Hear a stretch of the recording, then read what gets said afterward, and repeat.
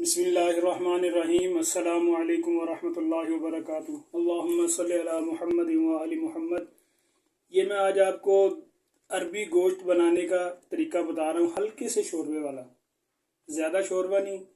और बड़ी यूनिक सी ये रेसिपी है।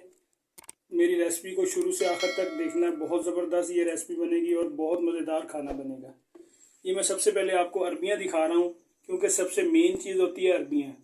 अक्सर लोग खाना बनाते हैं, उसमें से अरबियों की लेस ख़त्म नहीं होती, वो लेस छोड़ देती है उसी वक्त। ये मैं आपको बताऊं कि इस तरह ये आपने अरबी काट लेनी है। उसके बाद आपने इसको हल्का सा नमक लगा देना है। ये इस तरह नमक लगा के अब इसको अच्छी तरह नमक को हाथ से मिक्स कर दें इसके ऊपर। बस ज़्यादा देर नहीं इसको नमक लगाना आपने, तकरीबन 5 से 10 मिनट। तो बहुत ज़्यादा इसमें नमक रच जाता है, वो फिर मसाले में भी महसूस होना शुरू हो जाता है, मज़ा नहीं आता। बस आपने 5 मिनट के बाद इसको मैं आपको दिखाता हूँ कि कितनी इसमें से लेस और पानी ये निकालना शुरू कर देगा। बिस्मिल्लाहिर्रहमानिर्रहीम। ये देखिए, मैंने पहले आपको बता दिया था अरबियाँ गोश्त बनाना, कि मैंने अरबियाँ गोश्त बनानी है। अरबियों को मैंने नमक लगा के रख दिया है जब तक उसकी लेस नहीं निकल जाती। और यहाँ पे मैंने ये देखें यखनी बनाई है इसकी।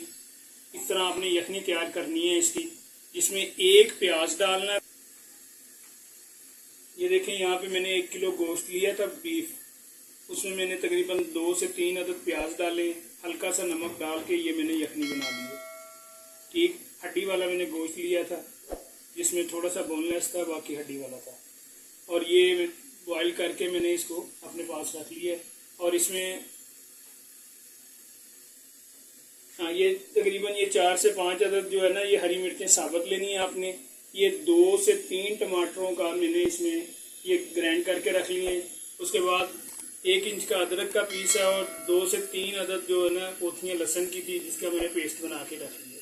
अब मैं आपको इसका तरीका बताता हूँ, आपने कैसे इसको तैयार करना शुरू करना है। ये देखें, यहाँ पे मैंने मिट्टी की हांडी ली है, ये कढ़ाई है मिट्टी की।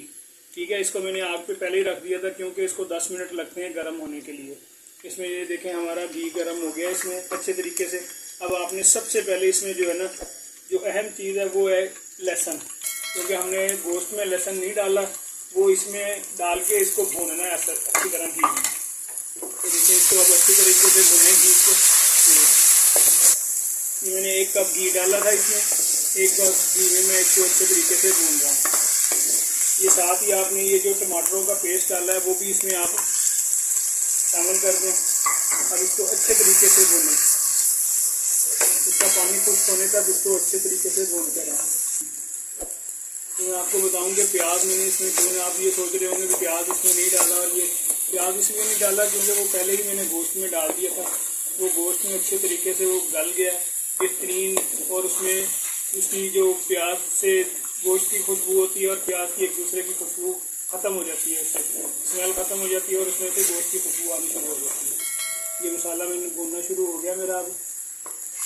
अब आपने नमक नहीं डालना, नमक चेक करके, क्योंकि यखनी में भी मैंने डाला हुआ है और अरबियों को भी नमक लगाया है। वो अरबी इतनी जल्दी नमक नहीं छोड़ अपना निकालती, वो उसमें रच जाता है, अच्छे तरीके से मिक्स हो जाता है वो नमक।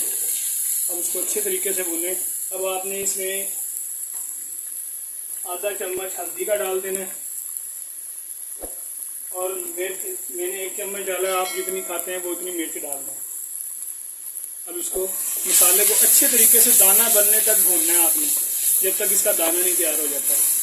ये देखिए, इसका दाना बनना शुरू हो गया, ज़बरदस्त किस्म का ये मसाला, इसकी खुशबू आनी शुरू हो गई। तो इसको अच्छे तरीके से भूनते रहें। ये देखें, तकरीबन मुझे 10 मिनट हो गए इसको भूनते हुए।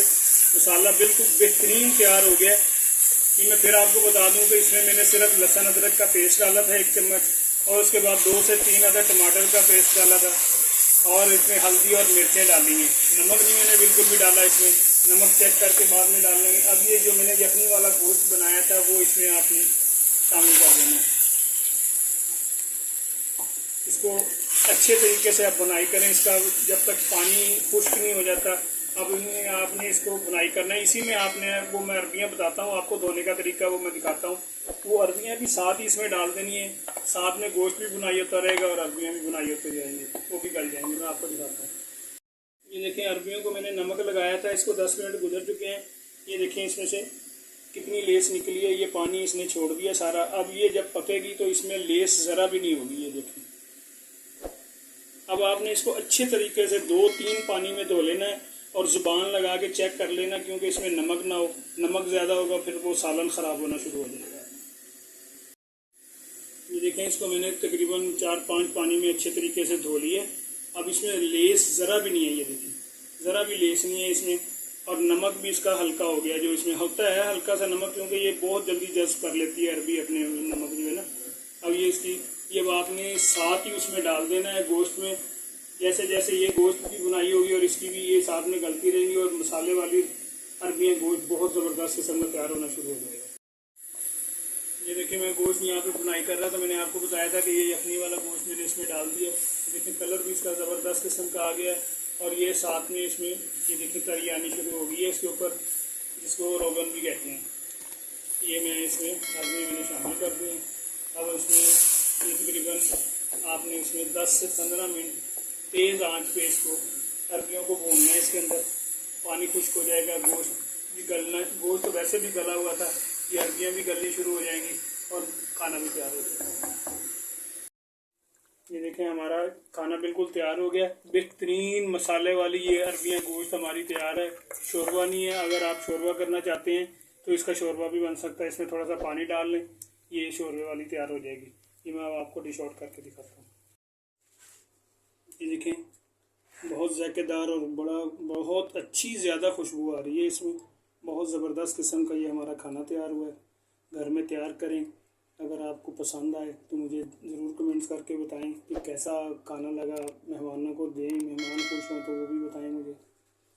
अल्लाह हाफिज़, फ़ी अमान अल्लाह। इंशाअल्लाह नेक्स्ट रेसिपी में फिर मुलाकात होगी।